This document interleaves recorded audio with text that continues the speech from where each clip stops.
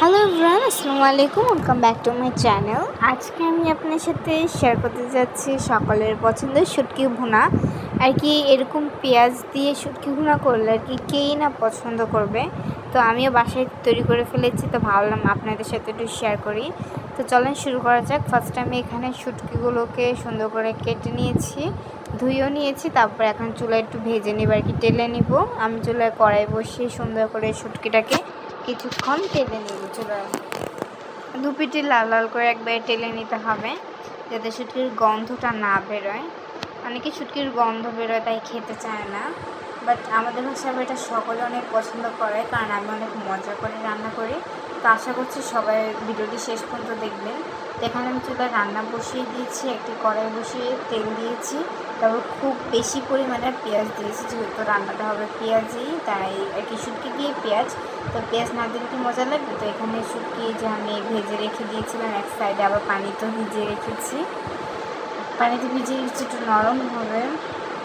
তো এই যে আমি পেঁয়াজটাকে সুন্দর করে এখন ভেজে নিচ্ছি লাল লাল করে।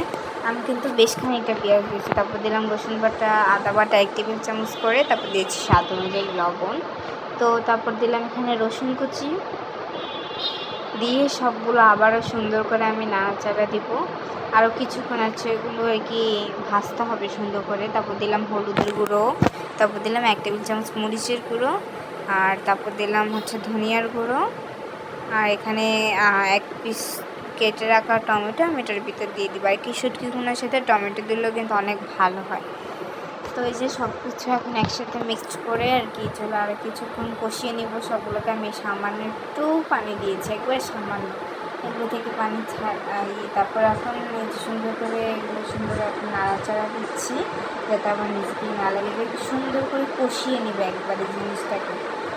তো ওই যে আমার কষানো হয়ে গেছে, তাই আমি উপরটি শুটকিগুলো সুন্দর করে দিয়ে দিচ্ছি, দিয়ে কিন্তু আরও অনেকক্ষণ কষানো লাগবে। এই যে আমি সুন্দর করে এখন নাড়াচাড়া দিয়ে দিচ্ছি, তারপর ঢাকনা দিয়ে ঢেকে দিব। তো আমি আবার কিছুক্ষণ পর চলে আসছি। এটা কিন্তু মাঝখানে আবার নাড়াচাড়া দেওয়া লাগবে। তো এই যে আমার শুটকিটা প্রায় কষানো হয়ে এসেছে, তাই আমি এখন একটু পানি দিয়ে দিব পরিমাণ অনুযায়ী।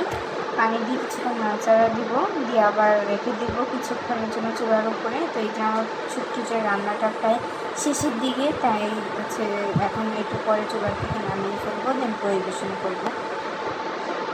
তো দেখতে পাচ্ছেন আমার শুটকি রান্না শেষ। এখন আমি একটি আলাদা পাত্রে ঢেলে নিচ্ছিলাম। আমার এই শুটকি রান্নাটা যে একবার বাসায় এই ভিডিওটি দেখে রান্না করবে আর কি কী বলবে, এত মজার।